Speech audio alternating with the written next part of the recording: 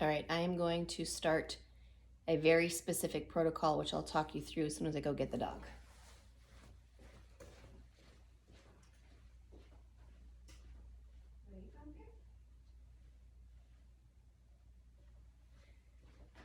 The mat that I love is on order, so we're using this for now. This gives the dog a very specific place to put its body. It seems not necessary, but over time I'll show you how it's very necessary and very awesome. I'm coming for you. I am coming for you. Okay. Let's go. That girl. All right, the leash is necessary to encourage the behavior that we want and to discourage what we don't want, which is avoiding running away, other choices. I can feel her fear. It's awful.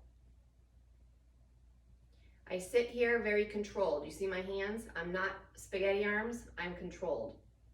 If she were to pull away, she will self-correct and realize there's a boundary. She sees the towel. She feels the towel. And I wait. I don't tell her what to do. I just wait.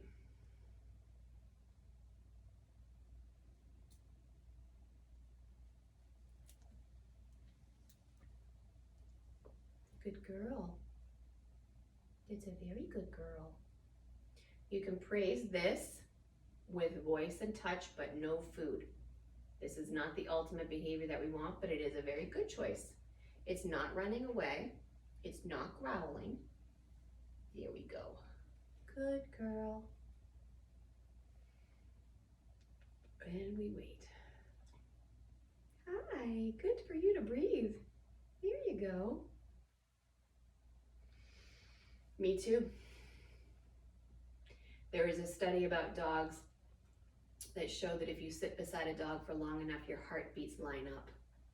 And I remember that sometimes if I feel anxious or stressed or hurried or pressured, I'm gonna put that on the dog and I don't want to. The dog does it to me also. I don't know if everybody feels that way, but I feel their feelings very deeply. And when they're stressed or nervous, whatever, I feel it in my body. So when I do this, I remember it's not about obedience. It's about learning to calm oneself. So I do it to myself too. Calm yourself down.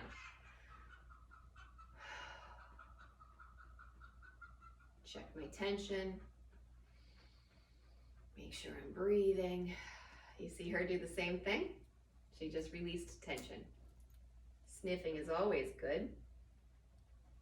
And folks, she's down. Right? Her whole body doesn't have to be on the towel. She has to be touching the towel in some way, and I count it. I'm gonna mark it and feed it. Yes. This is for my chicken. Even if she doesn't eat it, I'm gonna do this every 10 seconds until eventually she will eat it.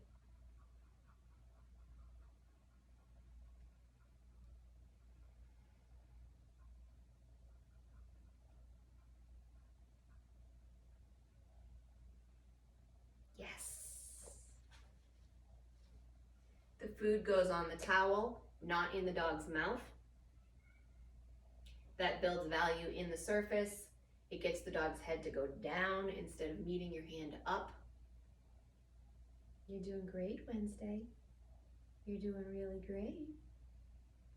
You're doing really, really great. About 10 seconds, I'm gonna do it again. And she just took a small taste. She didn't eat it, but she touched it with her mouth. Yes.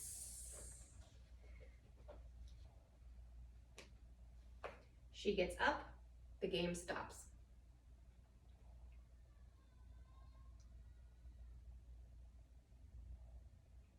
The yes is called a marker word, and it can be used for lots of things. Clock starts again.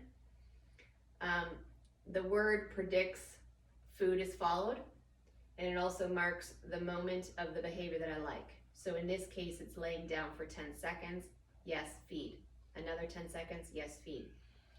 Later on, when a marker word is really, really powerful, you can stop a dog in its tracks just by saying the word.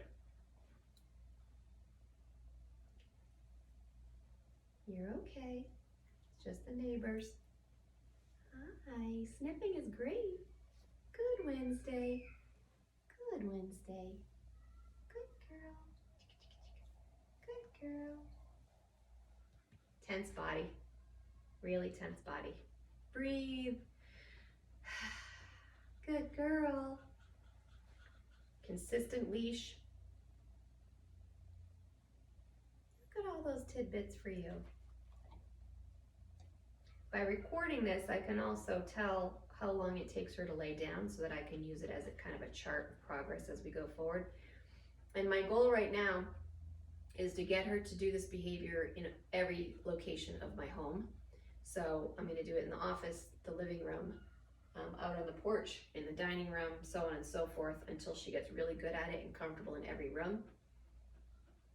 Simplify things.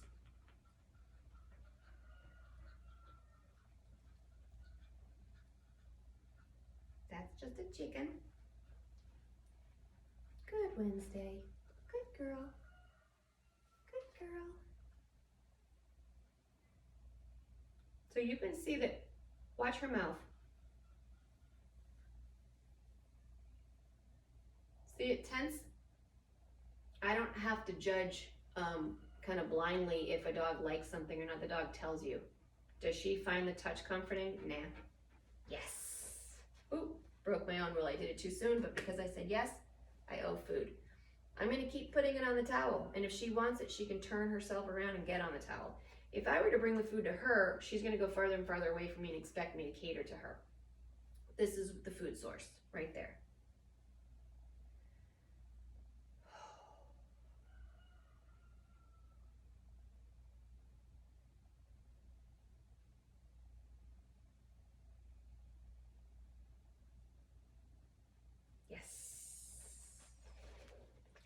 You can see that the word is upsetting to her because she knows it means I'm going to move. We work through all of these little challenges much faster that time, right?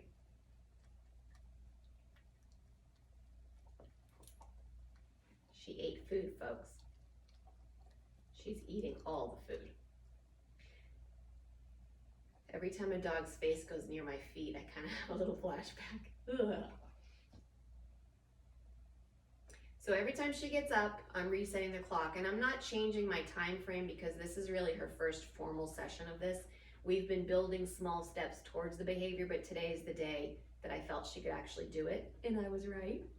So she lays down 10 seconds, 10-second intervals, that's it. Notice I do not move my arms, I don't give her any more space.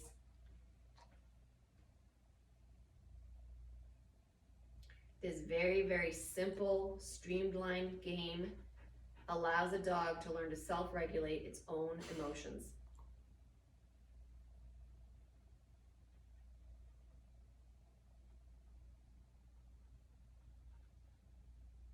Yes. She prefers egg over turkey. I have plenty of eggs.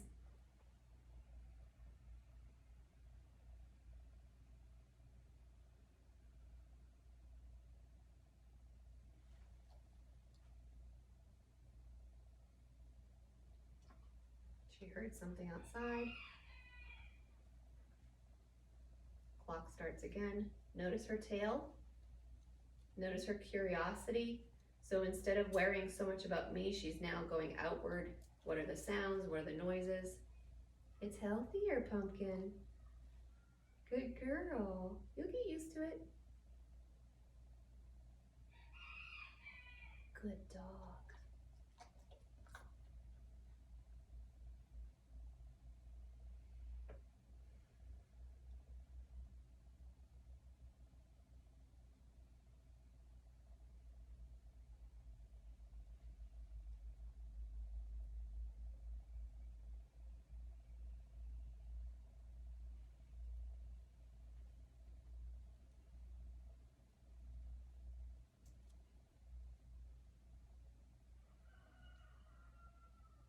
You get used to all the sounds. Good girl. Sniffing is gorgeous.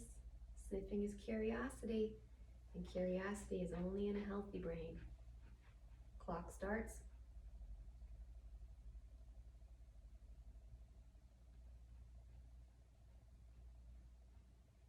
Yes.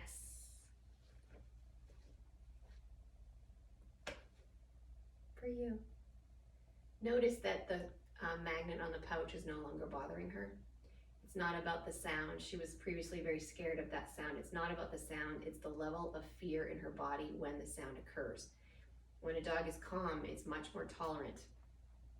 When a dog is scared, she ate the egg, then they get scared of everything. Is that good? We can use scrambled eggs if you want. Oh, sniffing Maggie. Yeah, good job.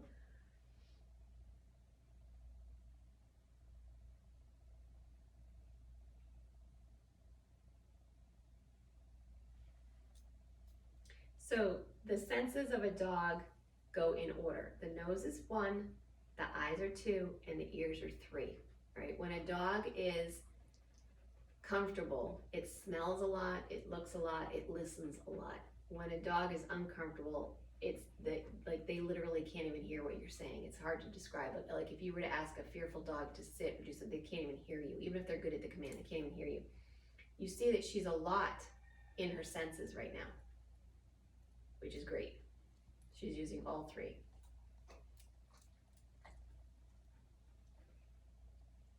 How about one more treat and we'll give you a break.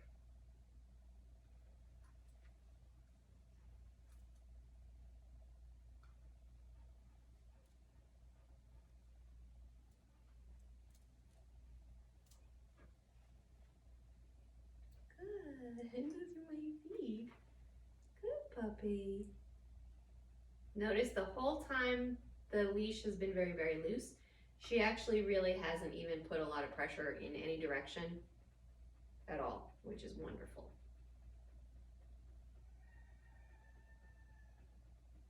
When a dog feels safe in your presence, they'll pretty much let you do anything to them or with them. It's important.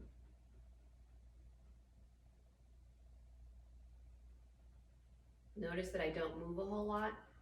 If I do, I'm going to scare her and then she's going to cue into me. And the only cue here is that you're on a leash and there's a towel on the floor. That's it. Those are the cues. I don't want to be part of it. A little bit of pressure right there and she realized she cannot leave and she's back. What she wants is to go to the office, which is the room she feels the most comfortable in. You can see she made an effort to go and then she did a stress yawn, like I can't do what I want, oh my God, oh my God. She's learning right now, what do I do with these feelings? What do I do when I can't run? What do I do? What do I do? Well, this is a good one. She's barely touching the towel. I'm gonna give her leeway and count it. That's my neighbor, don't you worry about her. Yes. She got scared, but not too bad. And now I'm gonna give her a break. So what I'm gonna do is I'm gonna walk into the office, let her sit on the couch for a second, then I'm gonna come out and repeat this exercise.